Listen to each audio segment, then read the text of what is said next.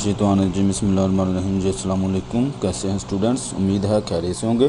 तो आज हम आफाक इकबाल सीरीज़ की मैथमेटिक्स, जिसमें हमारा कंटिन्यू यूनिट 3 था, और आज हम इंशाल्लाह इसका यूनिट वैल्यूएशन जो है एक्सरसाइज वो करेंगे। ठीक है जी। तो इसमें जो है हमें MCQ जो है वो पहले हम करेंगे, फिर आगे जो है क्वेश्चन इसके सॉल्व करेंगे। ठीक है जी। जी कहता आ प्रपोर्शन शोज़ दैट 2:R। वो कहता है जो प्रपोर्शन का साइन है, सिंबल है, वो क्या जो है वो पैदा अपना क्या शो करता है, क्या साबित करता है। तो उसमें हम जो है देखेंगे कि वो इक्वलिटी जो है वो पैदा करता है कि दो रेशो हैं, उनके दरमियान में इक्वलिटी का काम करता है। ठीक है, इक्वल का काम करता है। आगे two quantity will be called inversely proportion to each other with increase in one quantity the other quantity। वो कहता है जो प्रोपोर्शन इन्वर्सली प्रोपोर्शन होता है, जो हमने पीछे मैंने आपको समझाए थे। ठीक है जी। इसमें अब MCQs में वो कहता है जो इन्वर्सली प्रोपोर्शन होता है, अगर उसमें एक चीज़ जो है वो इंक्रीज़ हो रही हो तो one quantity the other quantity, तो एक क्वांटिटी बढ़ रही हो, दूसरी क्वांटिटी क्या होती है। तो इन्वर्स में आपको पता है कि उल्टा काम होता है, अगर एक चीज़ बढ़ रही है दूसरी कम होती है, तो ये डिक्रीज़ पे हम जो है वो टिक करेंगे। ठीक है जी। अच्छा, MCQs को रटाने लगाना आप लोगों ने, इसलिए मैं ये आपको वाज़ेह करके बता रहा हूँ।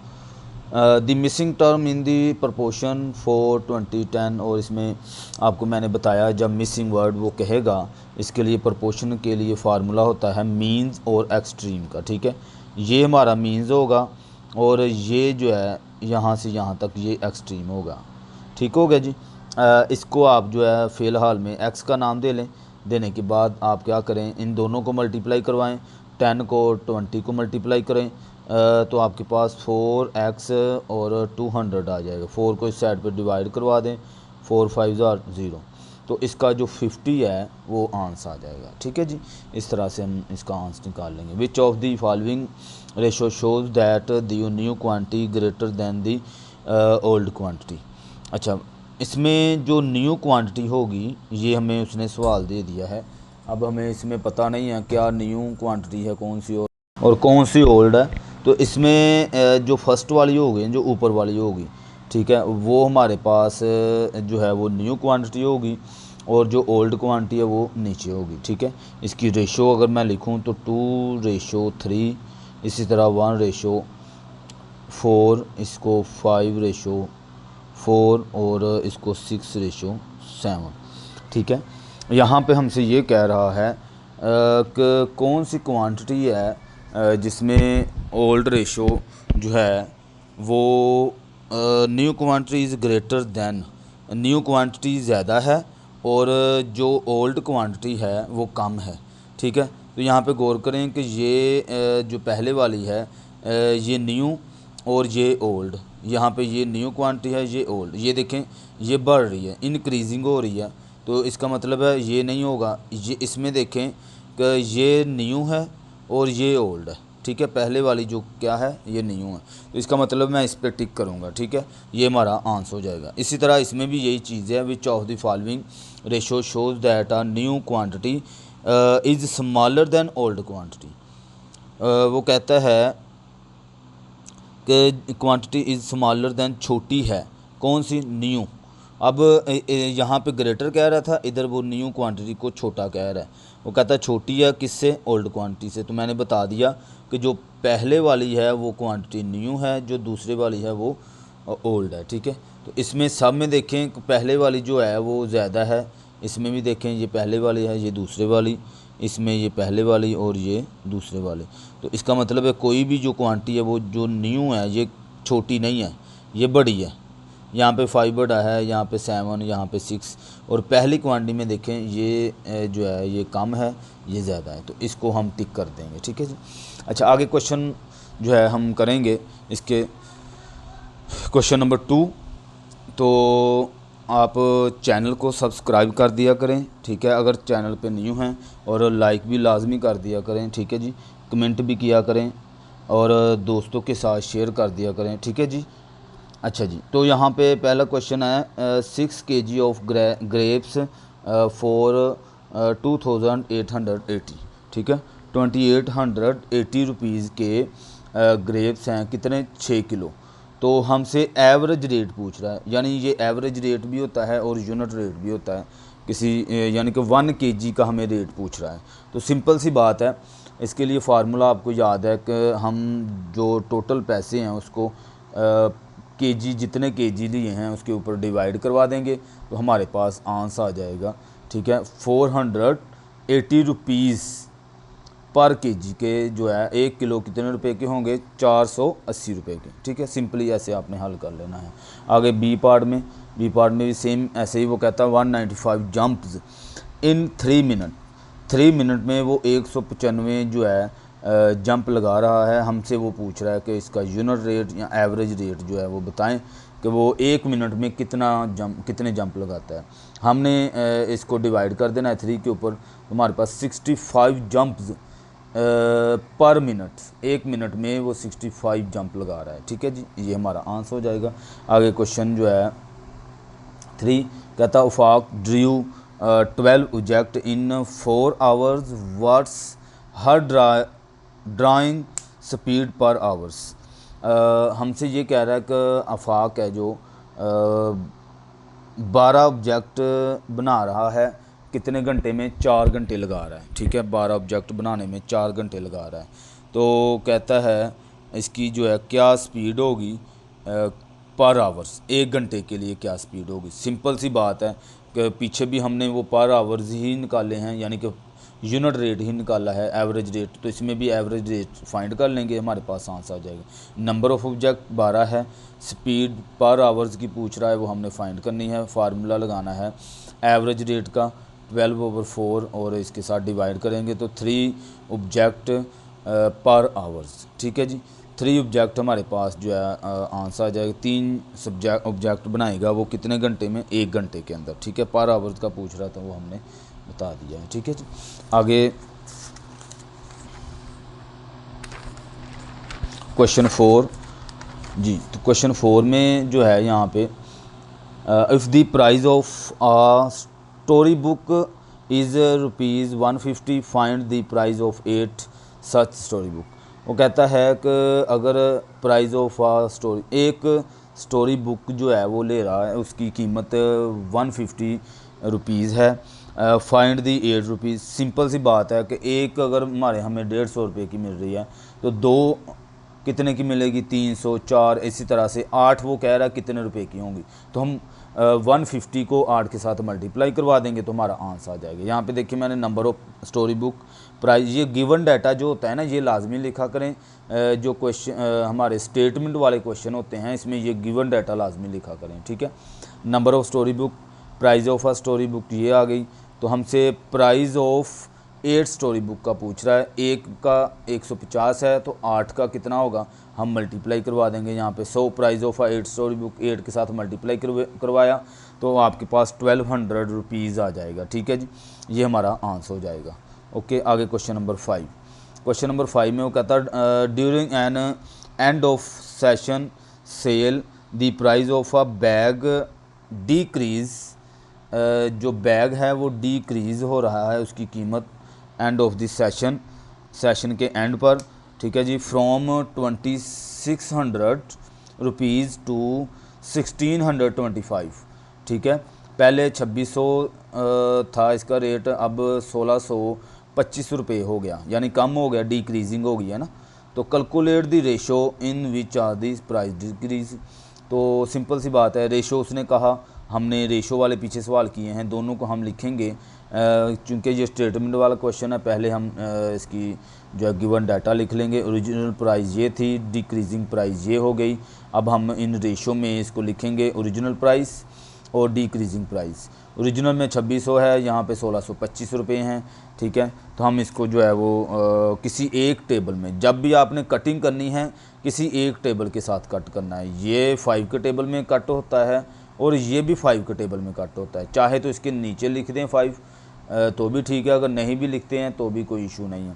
मैंने इसको 5 के टेबल में कट किया है तो 325 आया, इसको मैंने 5 के टेबल में कट किया तो 520 आ गया। ठीक है, चूँकि डायरेक्ट आप जो है इसको आपको पता नहीं चल रहा होता कि किसी बड़ी रकम के साथ कैसे आप इसको हल करें, तो इसलिए छोटे स्टेप से आप शुरू कर लेते हैं। ठीक है, अब यहाँ पे देखें हमारे पास 520 आ गया है, इसको भी मैंने 5 के साथ कट किया है तो ये हमारे पास आ जाएगा 104, इधर 5 के साथ कट करेंगे तो 65 आ जाएगा। ठीक है, ये चीज़ कट करनी है कर दें, अगर ऐसे भी लिखा रहने देंगे तो कोई इशू नहीं है। अच्छा, 104 और 65, अब ये दोनों मज़ीद आगे देखें अगर हल होते हैं तो करेंगे। ये दोनों 13 के टेबल में है। ठीक है, 13, ये भी 13 5 टाइम 65 होता है, ये 13 8 टाइम 104 होता है। ठीक है, तो ये 8 आ गया, यहाँ पे 5 आ गया, यानी जिसके टेबल में ये देखते हैं वो नहीं लिखते हम, यानी ये भी 13 के टेबल में है, ये भी, तो हम 13 तो नहीं ना इधर लिख दें, फिर तो 13 इधर भी आ गया तो इधर भी आ गया, तो वो तो हल नहीं हुआ ना। 13 का टेबल देखना है कि कितनी बार हम पढ़ेंगे तो 65 आता है, तो जितनी बार हम इसको जो है वो पढ़ेंगे तो वो हम यहाँ पे लिख देते हैं, इसको भी ऐसे करेंगे तो यही हमारा आंसर हो जाएगा। ओके जी, इस तरह से हमारा रेशो जो है वो 8 से 5 डिक्रीजिंग हो गई है, तो यही हमारा आंसर होगा। आगे क्वेश्चन 6 में it takes 25 minute for 3 people to wash a carpet. अच्छा, कारपेट वो जो है साफ़ कर रहे हैं, कितने 25 मिनट में 3 पीपल, 3 लोग हैं जो कि एक कारपेट को वॉश कर रहे हैं 25 मिनट में। ठीक है, तो how many people are required to do same job 15 minute. तो हमसे कह रहा है कितने लोगों की ज़रूरत होगी जो कि इस काम को 15 मिनट में ख़त्म करेंगे। ठीक है, तो सिंपली बात है कि अगर हम काम जल्दी ख़त्म करना चाह रहे हैं, पहले आदमी 3 थे तो अब हमें या तो 6 या फिर 7 आदमी चाहिए होंगे ताकि वो जो 25 मिनट वाला काम है वो हमारा जल्दी काम 15 मिनट में ख़त्म हो जाए। तो ज़ाहिर सी बात है आदमी बढ़ाने पड़ेंगे। तो मैं खैर इसको सोल्यूशन करके बताता हूँ कि टाइम था, इधर लोग जो है यहाँ पे पीपल आ जाने हैं, यानी इधर टाइम इधर लोग आ जाने हैं। तो 25 मिनट लगे 3 आदमियों को, फिर 15 मिनट, और हमसे ये पूछ रहा है कि लोग कितने चाहिए, तो उसको मैं किससे हमेशा ज़ाहिर कर देता हूँ, एक्स से। अब ये जो काम हो रहा है ये डायरेक्ट इनडायरेक्ट में काम होना है, यानी इन्वर्स प्रोपोर्शन और इनडायरेक्ट प्रोपोर्शनल। ठीक है, तो इन्वर्सली जिसको हम कहते हैं, यहाँ पे जो एक्स वाली साइड होती है मैं हमेशा कहता हूँ उसका एरो जो है वो आपने ऊपर को लगा देना है। ठीक है, अच्छा, अब हमने कंपेयर करना होता है। दूसरा, जब हमने एरो लगाना है उससे पहले हम कंपेयर करते हैं कि इसमें काम कौन सा हो रहा है। देखें, 3 लोग एक काम है उसको 25 मिनट में ख़त्म कर रहे हैं, तो 15 मिनट में काम ख़त्म करने के लिए आपको मैंने पहले ही बता दिया कि या तो आपको 6 या 5 या 4 इस तरह से आदमी ज़्यादा चाहिए होंगे, 6-7 आदमी चाहिए होंगे। तो इसका मतलब ये हुआ कि टाइम कम हो गया, लेकिन जो आदमी हैं वो बढ़ाने पड़ेंगे। एक चीज़ डिक्रीज़ हुई, दूसरी इंक्रीज़ हो गई है, तो इन्वर्सली प्रोपोर्शनल होगा। तो इन्वर्सली के लिए हम जो एरो है वो नीचे को लगाते हैं। ठीक है, ये हो गया। अब लिखने का प्रोसेस फिर से मैं वो पीछे मैंने बड़े अच्छे से सिखाया हुआ है पिछली एक्सरसाइज में। तो यहाँ पे क्या करते हैं, जो एरो के साथ हमारे पास होती है वो ऊपर और जो टेल के साथ है वो नीचे। इसी तरह मैंने इनकी जगह चेंज की है, इसको मैंने इस साइड पे लिख दिया क्योंकि मुझे एक्स की वैल्यू चाहिए होती है। ठीक है, वो मैं इस साइड पे मैंने लिख लिया। आप चाहें तो ये पीपल इस साइड पे लिख लें, टाइम इस साइड पे लिख लें, तो भी कोई इशू नहीं है। अच्छा, यहाँ पे आ गया 25/15। अब आप 3 को इस साइड पे लेके डिवाइड करें, डिवाइड करने के बाद आप कट करें इसको। देखें, 3 1 ज़ा 3 और 3 5 ज़ा 15। ठीक है, 5 1 ज़ा 5 और 5 5 ज़ा 25 आ गया। ठीक है, यहाँ पे ये कट हो गया, हमारे पास सिर्फ 5 बच गया है। तो यहाँ पे x इक्वल टू क्या आ गया, 5 आ जाएगा। ठीक है, यानी 5 लोग और, यानी कि उसमें उसी काम को ख़त्म करने के लिए हमें 5 लोगों की ज़रूरत होगी। ठीक है जी, तो ये हमारा आंसर हो जाएगा। आगे question number 7, if the total length of a 12 identical piece of a wood is 216 centimetre. वो कहता है कि 12 पीसीज हैं वुड के, लकड़ी के, जिसकी जो टोटल लेंथ है वो 216 सेंटीमीटर बनती है। कहता find the total length of 32 such piece of wood.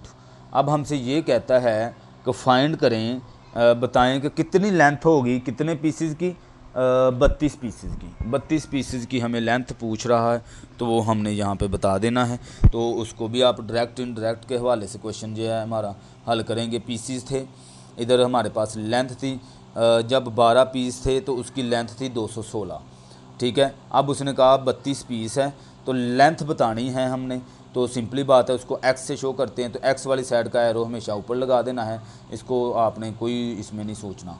अब सोचने की बात इसमें ये है, कंपेयर करना है। अब एरो हमने ये वाला एरो लगाना है, ये ऊपर को लगाया है, क्यों? देखें, जब 12 पीस थे तो उसकी लेंथ जो है वो कितनी थी, 216, 12 पीसेस की।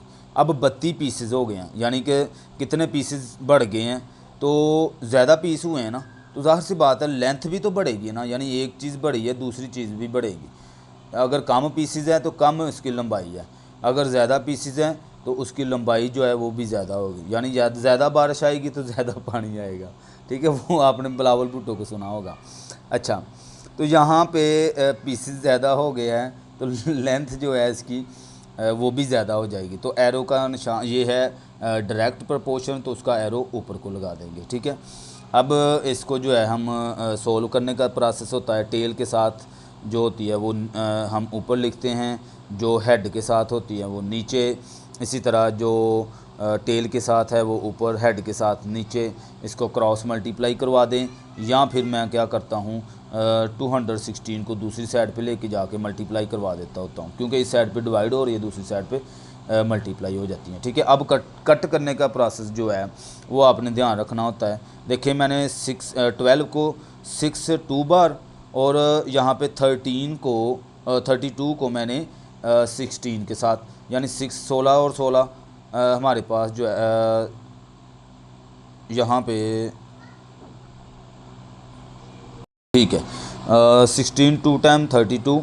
अब ये आ गया हमारे पास 6 और ये 16। अब मैंने 6 को 1 बार, 6 जो है खुद के टेबल में 1 टाइम है, अब ये 6 के टेबल में 36 टाइम है, ठीक है। देखें 6 3 आर 18, 3 कैरी इसके साथ चला जाएगा, तो ये हो जाएगा हमारे पास 36 हो जाएगा, ठीक है। तो 36 को 6 6 बार 36 हो जाता है, ठीक है। तो ये हमारे पास बाद में 16 और 36 आ जाएगा, इनको मल्टीप्लाई करें तो मल्टीप्लाई करने के बाद 576 आंसर आ जाएगा, ठीक है जी। आगे क्वेश्चन हमारा क्वेश्चन नंबर 8। क्वेश्चन नंबर 8 में फिर वो डायरेक्ट और इनडायरेक्ट वाला process. 10 workers complete painting the wall of hall in 4 days. वो कहता है 10 वर्कर हैं जो पेंट कर रहे हैं कि दीवार को, एक हॉल में एक दीवार है उसको पेंट कर रहे हैं, कितने दिनों में? वो उसको जो है 4 दिन में कंप्लीट कर रहे हैं, ठीक है। हाउ मैनी डेज़, कितने दिन उनको लगेंगे to paint the same wall if 8 worker are doing it. वो कहता है अगर वहाँ पे 8 वर्कर काम करें तो उनको कितने दिन लगेंगे।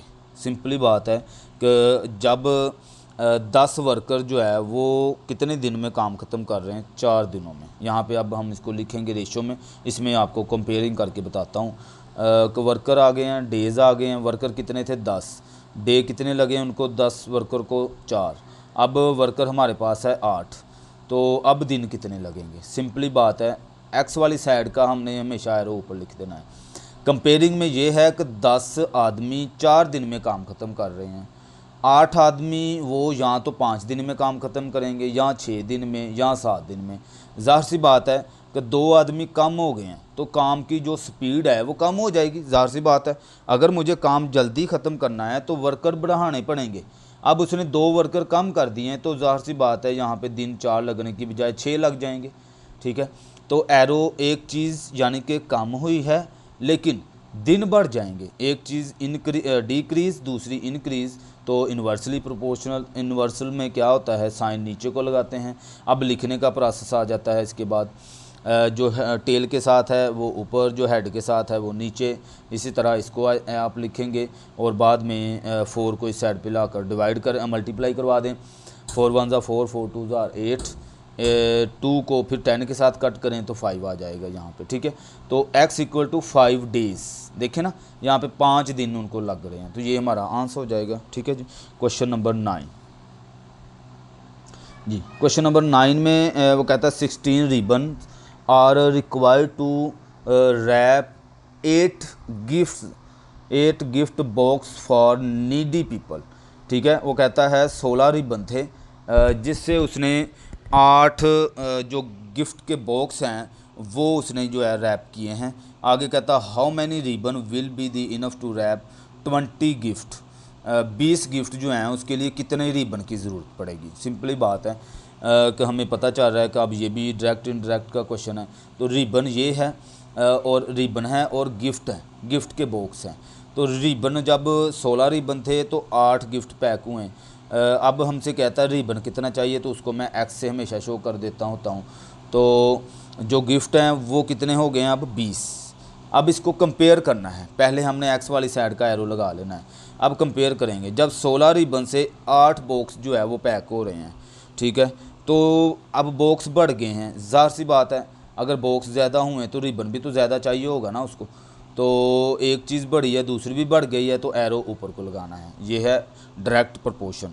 तो इसको लिखने का तरीका वही एक्स ऊपर, हेड टेल के साथ वाली रकम ऊपर, हेड के साथ वाली नीचे, यहाँ पे भी टेल के साथ वाली ऊपर, हेड वाली नीचे। बाद में इसको कटिंग करेंगे तो हमारे पास आंसर आ जाएगा x equal to 40 ribbons. Okay हो गया जी, ये हमारा क्वेश्चन नंबर 9 था, ये कंप्लीट हो गया। आगे क्वेश्चन नंबर जो है हमारा वो 10 है और लास्ट क्वेश्चन, और इस चैप्टर का लास्ट क्वेश्चन है। आगे चैप्टर इंशाल्लाह हमारा जो है 4 वाला शुरू हो जाएगा, ठीक है जी। अच्छा जी, अब क्वेश्चन नंबर 10 में कहता है it takes 5 hours for 8 workers to build a wall. और कहता है अगर 5 घंटे लगा रहे हैं 8 वर्कर बिल्ड अ वॉल, एक दीवार को बिल्ड करने में, तामीर करने में कितना टाइम लगा रहे हैं, 5 घंटे, ठीक है। How long will it take for 10 workers, 10 worker जो हैं वो कितना टाइम लगाएंगे to do the same job, उसी काम को करने में क्या उसकी तेज़ी होगी, क्या काम होगा, ठीक है जी। तो हमने इसको लिख लिया, वर्कर्स आवर्स लिख लिए। पहले 8 वर्कर थे, वो 8 वर्कर 5 घंटों में एक दीवार जो है वो बना रहे हैं। अब वो कहता है मैंने वर्कर जो है वो बढ़ा दिए, 2 वर्कर बढ़ा दिए हैं, तो कितना टाइम लगेगा। ज़ाहिर सी बात है अगर जल्दी काम चाहिए तो लेबर बढ़ जाएगी तो जल्दी काम हो जाएगा। तो उसने 2 आदमी बढ़ा दिए हैं, वर्कर बढ़ा दिए हैं, तो टाइम जल्दी यानी 4 घंटे लगेंगे उम्मीद है, या 3 घंटे लग जाएंगे, या 2 घंटे लगेंगे। अच्छा, तो इसका एरो हमेशा ऊपर लगाना है। अब कंपेयरिंग में ये है कि अगर 8 वर्कर 5 घंटों में काम कर रहे हैं तो 10 वर्कर वो 3 घंटों में काम करेंगे या 2, यानी कि हम इसको जो है ऐसे सोचेंगे। तो एक वर्कर बढ़ गए हैं लेकिन टाइम कम हो जाएगा, जल्दी काम हो जाएगा, तो एरो नीचे को, ये इन्वर्सली प्रोपोर्शनल है। इसको बाद में लिखने का प्रोसेस, उसको लिखा, हेड के साथ वाली नीचे, टेल के साथ वाली ऊपर, लिख के कट करना है। कट करने के बाद आपके पास 4 आंसर आ जाएगा। ओके जी, इस तरह से हमारा जो चैप्टर है वो कंप्लीट हो जाता है। लाइक किया करें, सब्सक्राइब करें, बहुत शुक्रिया, अल्लाह हाफिज़।